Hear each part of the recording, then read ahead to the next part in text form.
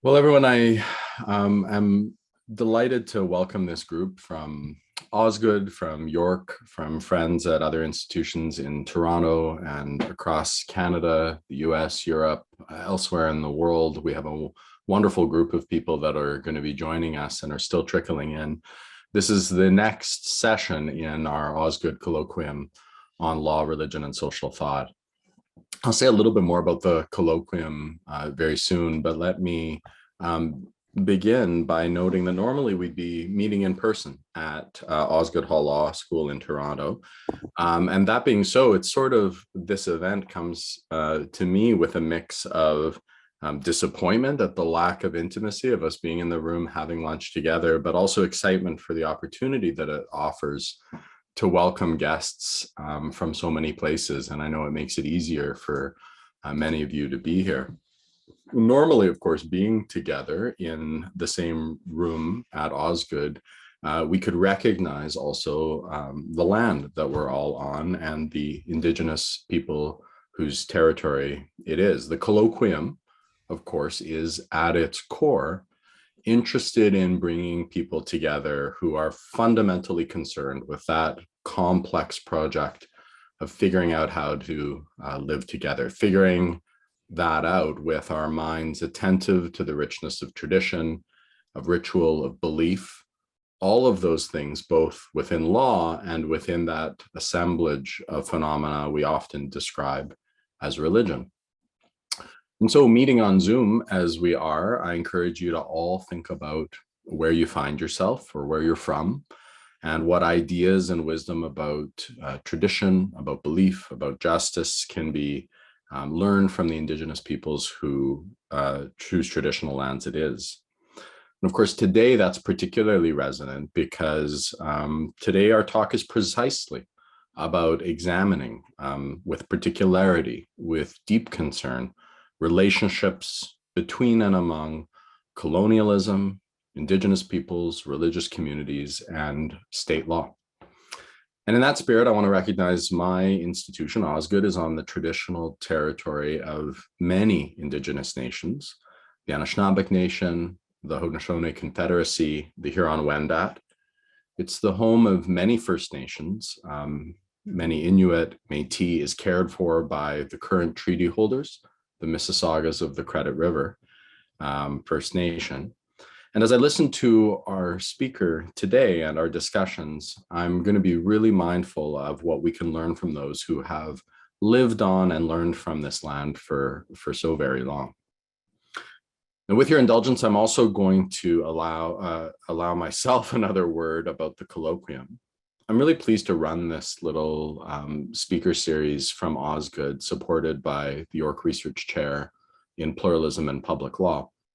It's been a real pleasure to host a disciplinarily extremely diverse group of leading voices, leading scholars, examining in various ways that intersection of religion, law, social thought. And I encourage you to go to our website, lrst.osgoode.yorku.ca, and you can go back and watch many of those talks and see who's joined us over many years now in this colloquium, and also to stay tuned for talks to come. We have a number of exciting ones still to be coming this academic year. Before I turn to our speaker and do an introduction, just a word about format. The talk will be, David, I think about 40 minutes, and then we'll open it up for Q&A. I encourage you to simply put up your electronic hand and I'll unmute you if I'm able at that time. You can also, when the time comes, send me direct messages in chat and I'll pose the questions if you prefer to do it that way. I'll try and do a mix of the two. But just a word, without taking too much more time away from the main event, a word about our guest speaker today, David Koffman. David's an associate professor in the Department of History here at York. He's in the Department of History and also the J. Richard Shiff Chair for the Study of Canadian Jewry. David's also the Associate Director of York's Centre for Jewish Studies and is Editor-in-Chief of a really important Canadian journal, Canadian Jewish Studies. David holds his advanced degrees from NYU and is a wonderfully valued colleague and teacher at York. David's a cultural and social historian of modern Jewish life, and he focuses on Canada and the US. And his work over the years has brought him into a range of issues, medicine and gender, multiculturalism, and of course, colonial and indigenous settler relations. He's the editor of a recent volume entitled No Better Home, ? Jews, Canada, and the Sense of Belonging. And he's author of this really compelling, interesting book called The Jews Indian, Colonialism, Pluralism, and Belonging in America, which of course has a nexus with some of what he'll be talking about today. Now, I'll just say, when you read his work, and no doubt you're going to hear this as you listen to him today, I think what stands out in David's scholarship and approach is his willingness to very much develop and then sit with complexity, to bring his particular skills and craft as a social and cultural historian, and his really formidable curiosity, deep curiosity, to develop texture in topics that matter very, very deeply to how we find ourselves today. And to do so in ways that I think carefully, thoughtfully resist easy accounts. He's an exceptionally compelling writer, a very careful researcher, and as you'll hear in a moment, and a very engaging speaker. And so I'm very grateful, David, that you've made time to be with us, and I'm really looking forward to your talk. So I'll hand it over to you. Thank you so much, Ben, for that very, very nice introduction. Thank also to Erica for helping put this event together, and of course for all of you for showing up here. Apologies if the tile cutting noise across the street is distracting, but that wasn't planned. So my talk today should be just under that 40-minute mark, so that we have plenty of time for what I hope is a genuinely live, open-ended conversation. So I've spent over a decade now reading about the places where Jewish and indigenous histories intersect. And I believe these intersections give rise to some broader conclusions about Jewish modernity as a whole, which is my field of choice. Ones that also speak to the consequences and I think to the limits of the deep Jewish commitment to liberalism ignited by the 18th century bargain, uncomfortable and compromised though that bargain was, that Jews struck with the emerging liberal centralizing states of Europe and soon after in the Americas in order to leave the ghetto and participate with increasing fullness in the civic and national projects of liberal democracies, Canada and the United States included. So I'll come back to some of these suggestions toward the end of my talk, but for now, I just wanted to share a word about where I'm coming from. This material that I present today is part of a book that I published in 2019 that Ben mentioned about the Jewish encounter with Native America in the broad spread of US history. It focuses on the second half of the 19th century and the first half of the 20th. In the book, I discuss a range of different sorts of encounters between these two so-called tribal peoples, including the early stories of missionaries and geographers and theologians and captivity narrators that claimed that indigenous people either descended from or were somehow connected to the narratives of the Hebrew Bible, the lost tribes of the ancient Israelites being the most common one, but not only. It's a work that also includes material on Jewish frontier peddlers, the traders and settlers, and their ideas about and interactions with Native Americans during the period of the so-called closing of the frontier. And including some of the fascinating cases of the subset of these settlers, the Jewish merchants who helped create a global market for what they called Indian curios, those indigenous objects and artifacts and artistic goods that seem to present Indians themselves to audiences, which these Jewish merchants bought and sold to middle-class whites throughout the Western world, and to all of the major ethnology and natural history museums that were springing up across Europe and North America. It includes work on this particular blend of American nativist xenophobia, scientific racism, and the eugenics movement that led to both the hard restriction of Jewish immigration and full citizenship rights for Native Americans in the exact same year, 1924. Now, my talk today is about the Jewish lawyers in the Indian New Deal and its demise. It draws from the back half of the book, which also considers the lives and the work and the politics of the Jews who helped revamp the disciplines of anthropology and linguistics, in part through their lifelong relationships with Native American subjects, and what all these encounters say about the Jewish American project. It's probably worth mentioning here for this audience that I've now spent a good deal of time over the past 2 years since the book came out thinking about Canadian Jews and their historical and contemporary interactions and relationships with Indigenous people as well. I'm working on the fourth and fifth articles that tackle some aspect of these connections. And I've come to believe that this sort of work by historians who are embedded in their own ethnic or religious communities, immigrant communities, and therefore settler communities, can go a little distance in advancing the broader work of reconciliation that we're all considering with increasing thoughtfulness. So more on that matter as well. So the Indigenous Jewish encounter that I'd like to focus on today focuses on a group of justice seekers from the middle of the last century, men and women from a generation of American-born American Jews, the children of mostly Ashkenazi immigrants who worked hard, value education above all else, and enjoyed extraordinarily high civil status, the generation of dazzling American Jewish success that marked a new rosy high point among Jewish immigrant life. So I'm talking about a number of Jewish lawyers, civil servants, educators, a few rabbis, and those anthropologists and linguists I just mentioned, who spent a considerable effort at what they called Indian uplift and helped create what I think is some of the most effective tools of progressive, pro-native policy, federal law, and even ideology that American had known to date. The figure that I think best captures the ethos and energies of this cadre is the lawyer, legislator, and advocate for Native American rights, Felix S. Cohen. Born in 1907 in Yonkers, the son of the famed pragmatist legal philosopher Morris Raphael Cohen.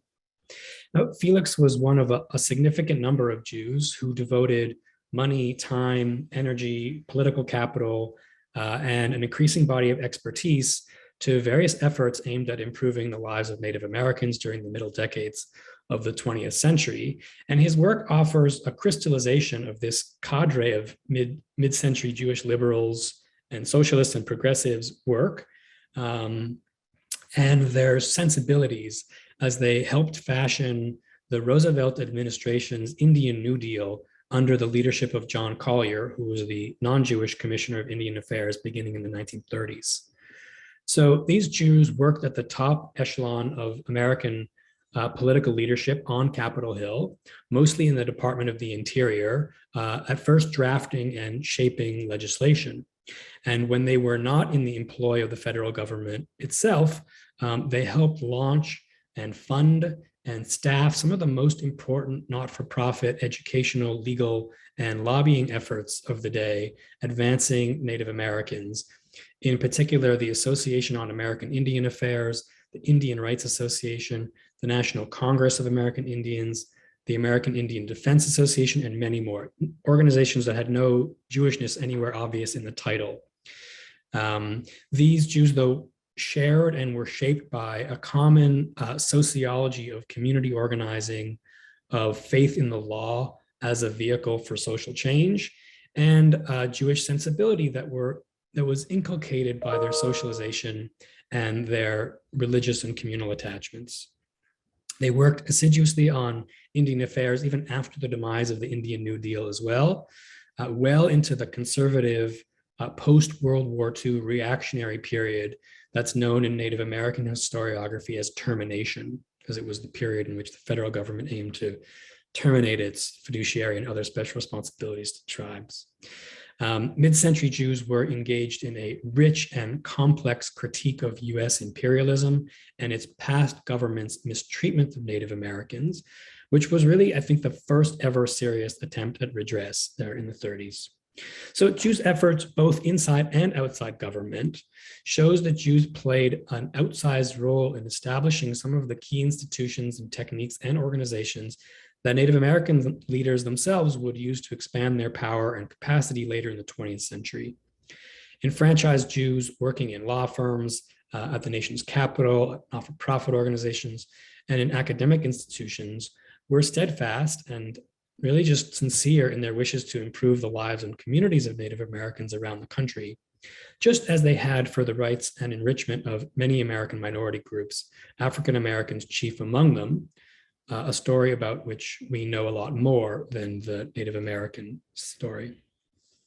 For these liberal Jewish actors, advancing Native America was but one prong in what they envisioned as the still higher goal of advancing all groups whose rights and cultural self-determination needed securing and ensuring that individuals from any group would receive the protection of the law to shape their own cultural, economic, and religious destinies. So these are the values to which they were committed. From his coming of age until his early death at age 46, Felix Cohen's intellectual and political pursuits centered on Indian rights. His wife, Lucy Kramer Cohen, was an anthropologist trained by the Jewish godfathers of American anthropology, Franz Boas and Edward Sapir. And she remained active and connected to the group of Boas and Sapir's largely Jewish students who put the anti-race cultural relativist discipline of anthropology onto the map and into American universities in these same decades by focusing by and large on Native American subjects, a story that's very much entwined with today's story about the civil servants and lawyers, but I'll leave aside for now. Now, Cohen's vision for Indian Renaissance was of a piece with the most radical strand of non-Native American ideas for Native Americans at the time. The Department of the Interior had tapped a group of young lawyers, including Cohen, including Nathan Margold, Richard Shifter, Marvin Siegel, Alan Harper, and half a dozen other Jews at the senior leadership, and at least one Mormon of significance, and certainly a few Gentiles, and authorized them to begin working on major legislation to reverse problems that were associated with all of the assimilationist policies that had been in effect since the Dawes General Allotment Act of 1877. A law that tried to turn indigenous peoples into yeoman farmers by dividing reservation lands up into individual plots and allocating them to nuclear family units headed by a male enrolled in a federally recognized tribe, hence the term allotment. The act had been failing Native Americans in myriad ways for more than a half century up to date to that time, but it produced millions of quote unquote surplus land that became state property, which was clearly part of the design of the allotment and other assimilatory federal policies. Now, the brainchild of these Jewish New Dealers was the Indian Reorganization Act, the IRA, which is also sometimes referred to as the Wheeler-Howard Act. Passed in 1934, it was the first federal Indian policy in more than 100 years that did not have the explicit purpose of undermining the status of Indian nations. On the contrary, the IRA aimed to fundamentally reformulate national Indian policy to set the government's goal as the establishment of Indian self-governance and to provide Native American communities with sufficient authority and powers to represent reservation politics. So it promoted cultural pluralism, which is a term incidentally coined and promoted by the American Jewish thinker Horace Cowan around the same time, but also tribal sovereignty. And among many of its provisions, the Indian Reorganization Act ended the practice of divvying up this reservation lands into small parcels for individuals to farm and sell, and it allowed Native Americans to voluntarily exchange allotments so that tribal groups could consolidate land instead of living on checkerboard reservations. It restored tribal ownership to all the remaining surplus lands that had been created by the implementation of the allotment system, and it provided communities with economic aid in a variety of forms, including a specially appropriated annual fund for landless Native peoples to acquire additional land. Unlike most of the federal laws created by the US government for or since, the Indian Reorganization Act was only law for those tribes who opted in and chose to be governed by it. Tribes had the right to exclude themselves from the provisions of the IRA altogether if they wished, some did. And the drafters, because the drafters didn't want the IRA to be sort of seen as one more wave of top-down legislation. Tribes that accepted the IRA could draft written constitutions defining their own powers of self-government and establish business charters that permitted them to borrow money from a revolving credit fund. More than 2/3 of the eligible tribes voted to accept the IRA. More than 1/3 of those actually wrote constitutions, a good number of which Felix Cohen himself helped to actually draft, which is kind of an amazing thing to imagine, this slender, bespectacled Jewish lawyer helping to create new written charters for their own community lives. But these constitutions, you should know, were not uncontroversial, both in terms of the text. Many of the template texts were at least partly modeled on municipal governance principles, rather than designed from scratch to fit the particular contours of their own community's long histories of self-governance. And there was some controversy about the rollouts as well. The IRA, perhaps most radically, authorized tribal councils established under the Act to negotiate with and even litigate against the federal, state, and local governments in what would soon be established as the Indian Claims Commission, the ICC, which was a kind of parallel court for tribes to sue the government. Up until this point, there was no legal mechanism for tribes to actually litigate against the federal government itself. So this was an unusually liberal gesture of Congress, in that legislators attempted to create law that rescinded governmental powers.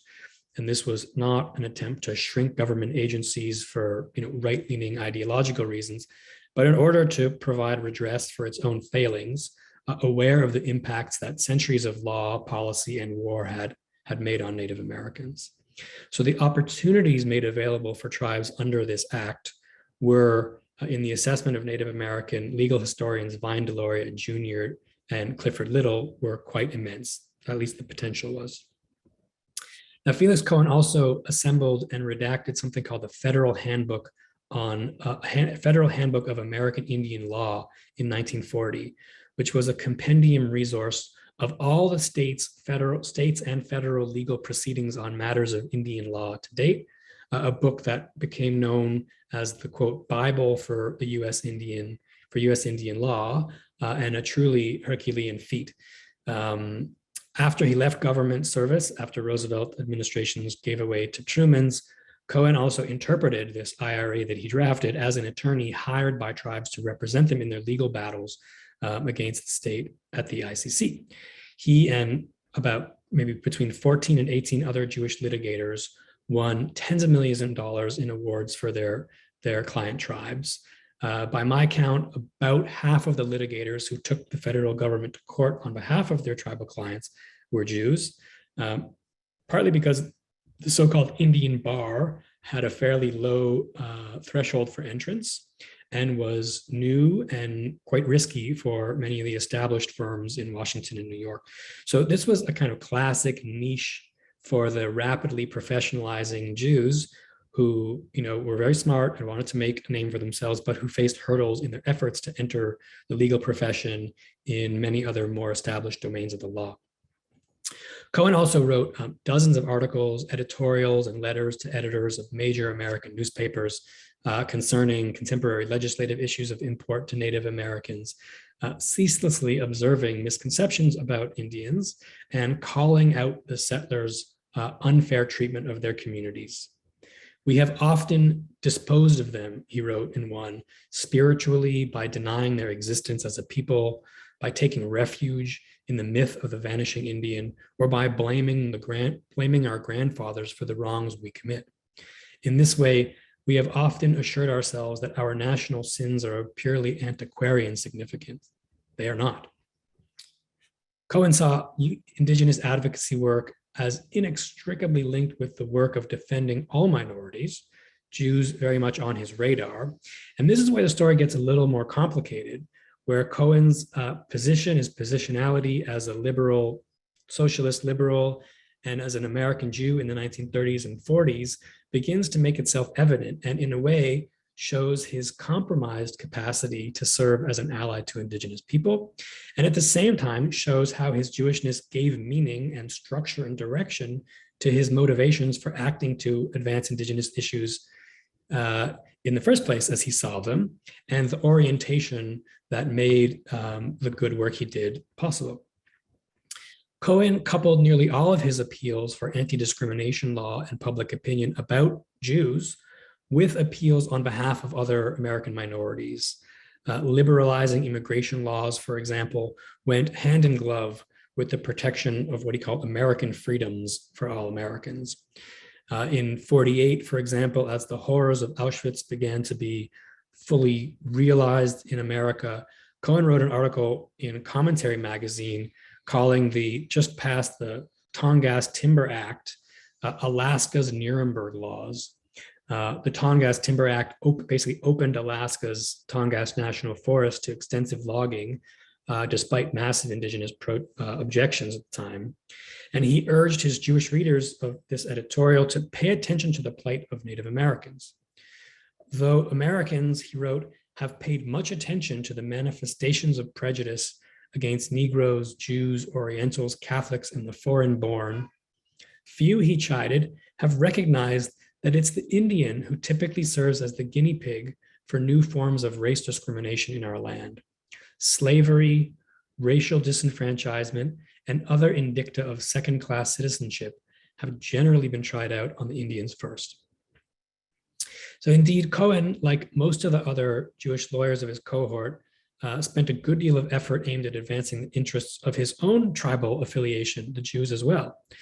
So Cohen has virtually no presence in the American Jewish history bookshelf, not even like a mere mention in those sort of fastidious who's who books of Jewish contributions, even though he worked on many of the most pressing legal issues facing American and international Jewry of his decades on behalf of the established Jewish community organizations like the American Jewish Congress, the Consultative Council on Jewish Organizations, France's Alliance Israël Universelle, and Britain's Anglo-Jewish Association.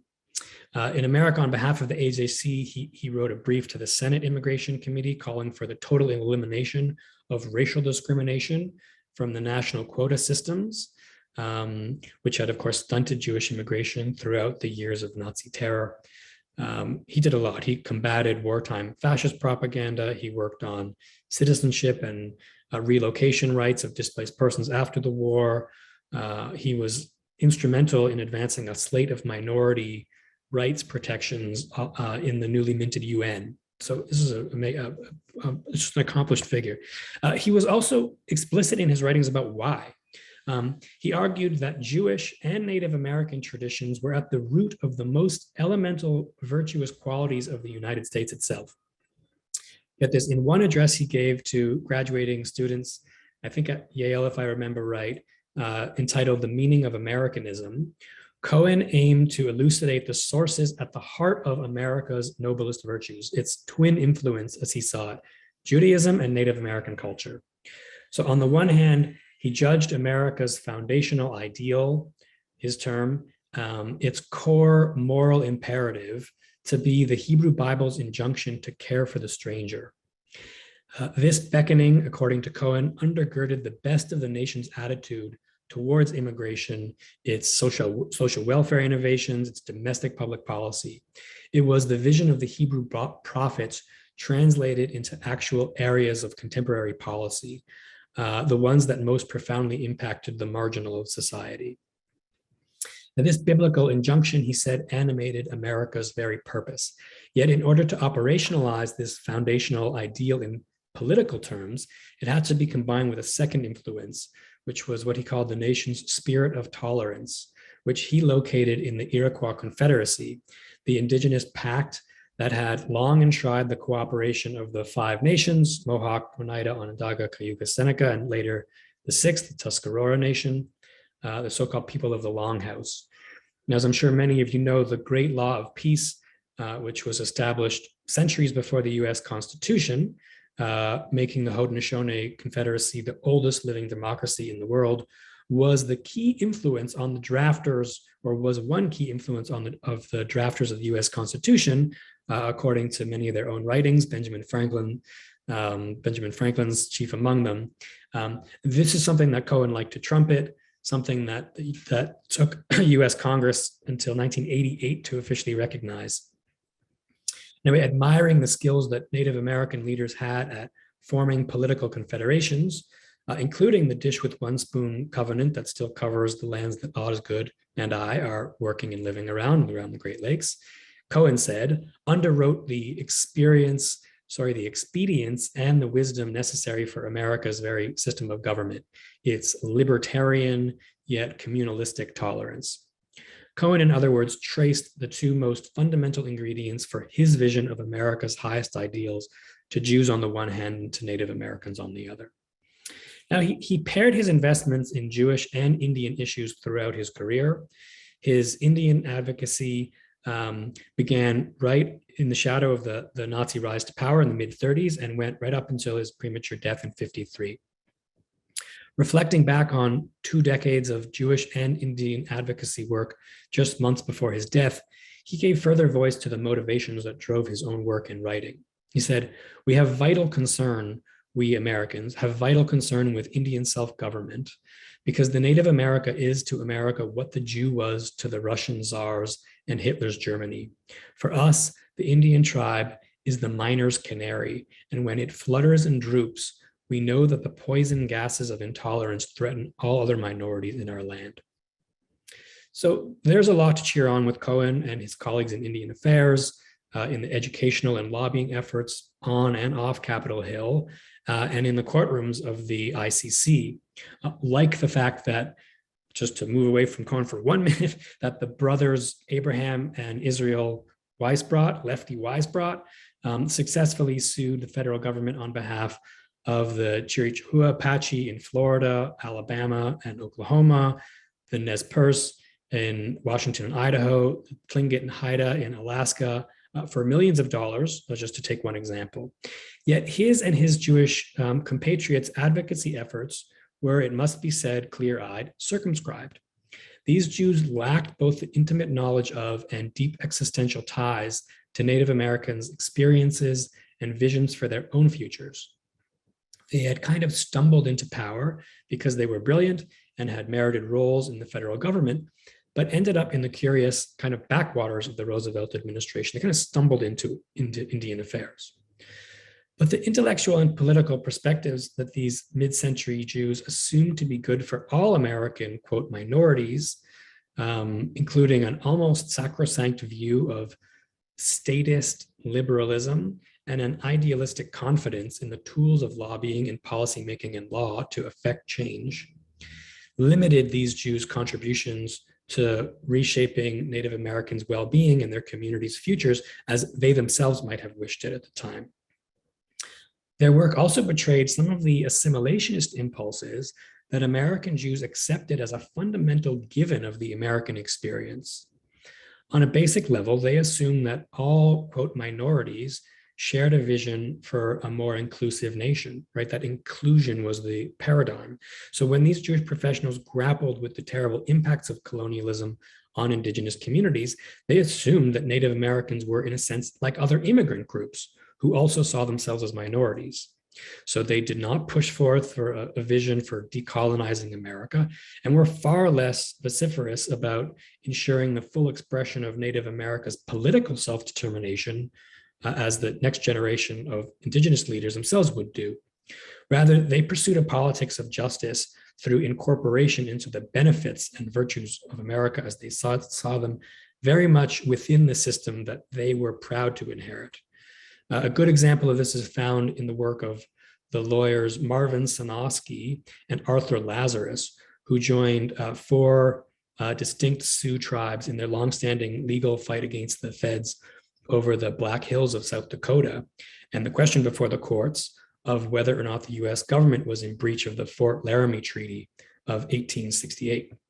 So this is a complicated story, but the short of it, at least for my purposes, is that after nearly a quarter century as the lead litigators, they helped win this claim in 1980, which was valued at the time at $106 million, which was the largest land claim victory to date.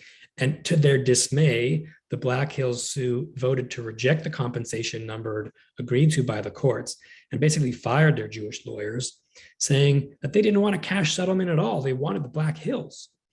So these lawyers tended to grapple with the legacies of colonization of Native Americans in ways that made sense to them as Jews, I'm arguing, and in the ways that fit their commitment to liberalism and to accommodate to the framework of national pluralism. Still, Cohen certainly campaigned for Native American legal rights and recognition more intensely than I think any other American Jew, and more than most other non-natives had in all of American history up until that point.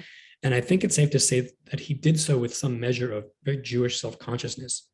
His identification with Native American issues certainly illustrated in a concentrated manner how mid-century liberal Jews tried to mediate between being the political insiders and minority outsiders that they were, between power and powerlessness in American civil life, a life into which they desperately craved a place.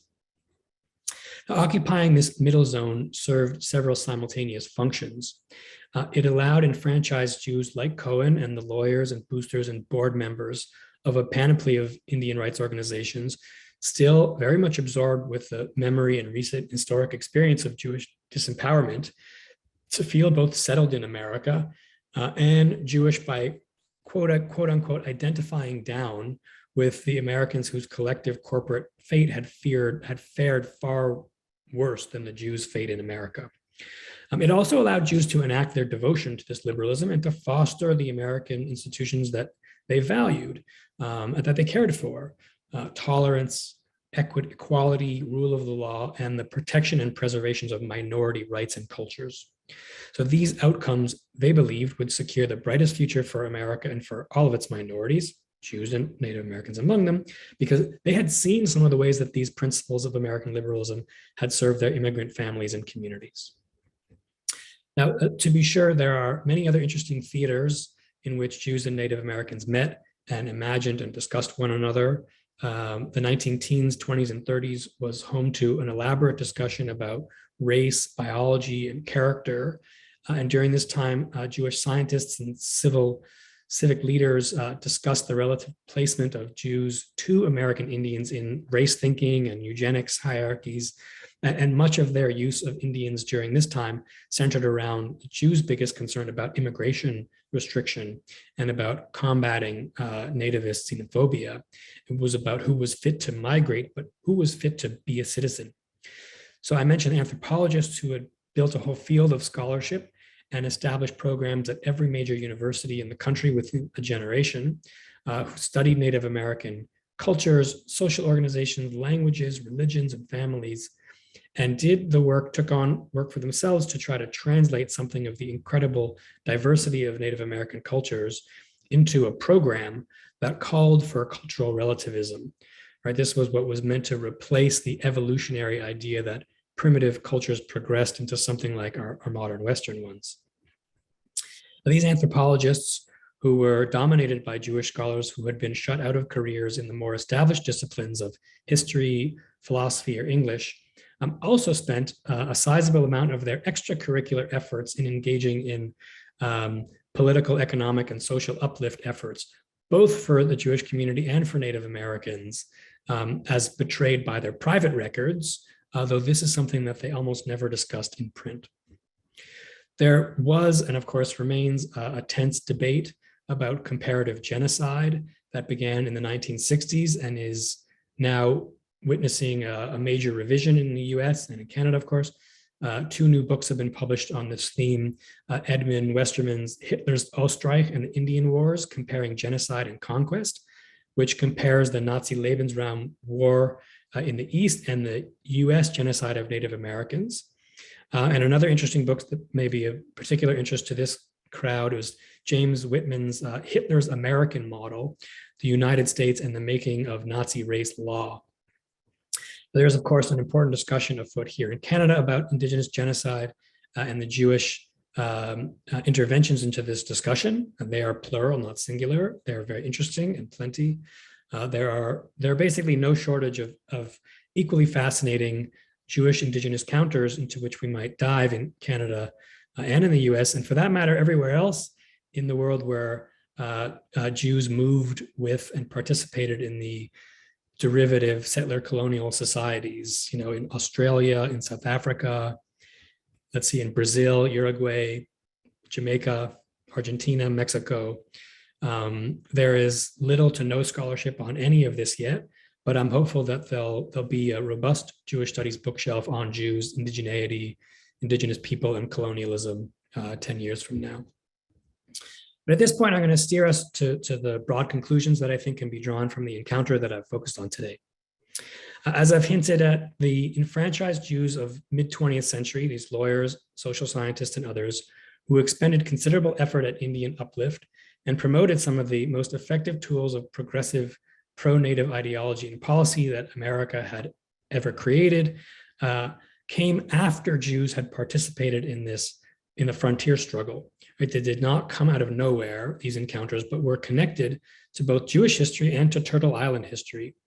Recently enfranchised Jews in the frame of Jewish history, and after the so-called Indian problem had appeared resolved, right? A century of broken promises and communal suffering endured after that. The moment after the so-called closing of the violent frontier and the closing of the America's gates to immigrants.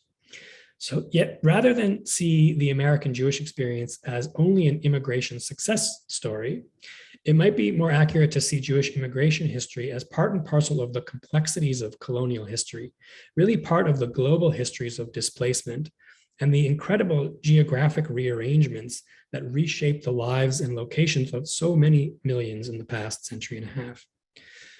I also think we get something new when we see ethnic and religious communities' migration histories from the vantage point of those most dramatically impacted by mass migration, or by modernity, mass migration.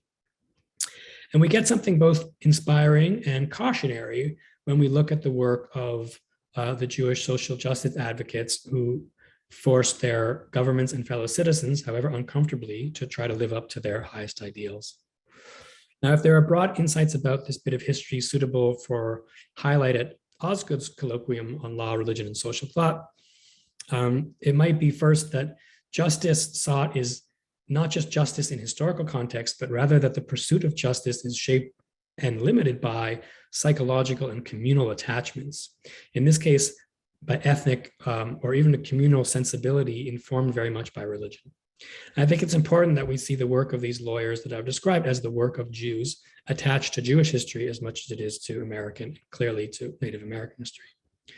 And the second insight that might flow here is that the North American Jewish past is and remains burdened because the history of the multinational mass migration that produced North America just is the history of colonialism, just as modernity is a mass migration modernity all around the globe with all of its politics. Immigration, even refugee immigration, is part of colonial history because they're flip sides of the same coin.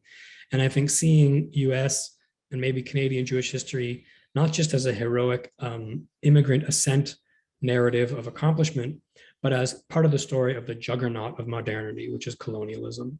The massive waves of migration that relocated millions of Jews from Europe and Asia to its peripheries in settler societies and colonial outposts over the course of mostly the 19th century was a transformation as profound as any major change in the history of Jews, I would argue.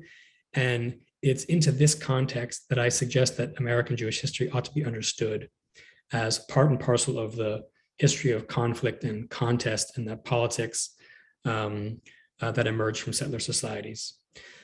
The story of Jewish encounters with indigenous people likewise complicates the long romance of Jews and liberalism, because it shows quite acutely and perhaps a bit painfully that Jewish devotion to liberalism has both included its noble and its, let's call them, promiscuous elements, widening the frame of our history to include the uncomfortable fact that colonialism doesn't entirely undo the story of what we know and tell about Jewish life on Turtle Island, right, the multi-generational immigrant success story, but it does complicate it.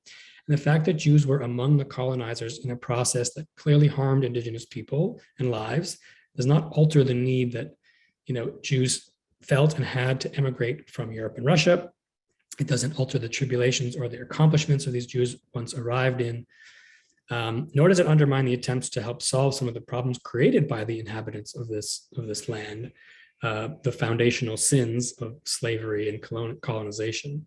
But it does ask us to contend with some of the politics of mass migration and to the consequences for all those who were impacted, including Jews, and perhaps by extension by other ethnic and religious historians who are willing and able to do this sort of truth-telling about their own community histories and help advance the deeper aims of reconciliation beyond the law alone. Because as you know, the 94 calls to action for TRC in Canada are almost all oriented at state actors, at institutions. And I think that religious and ethnic communities, if they do some of this work of thinking through their own communities' historical encounters with colonialism and indigenous people, they may do some of this cultural work that I think is an important part of the project as well. Thank you very much. Well, thank you so much, David, and not only for the intensely interesting and detailed history, but also for the call at the end to think about the ways in which this form of history and community introspection plays a role in reconciliation processes as well. I think the interplay of those two things is really important, deep, interesting. And so two things I want to do is invite you to stay tuned for our next talks in the colloquium. I expect our next talk is going to be from our new colleague, Rabietta Kende, who's a law and religion scholar who has just joined us at Osgoode. And so you can look forward to meeting and hearing from her. You can visit the website and ask to be put on the mailing list, and I'll happily do that. That's an important, but not the most important thing to finish with, the most important one being a huge thanks, David, for exactly what I said everyone here had signed up for: a sensitive, eloquent, detailed, engaging talk. I'm really grateful that you spent the time with us today. Thank you so much. Thank you for having me, Ben, and thank you all. Thank you all for coming. Thanks everyone for coming.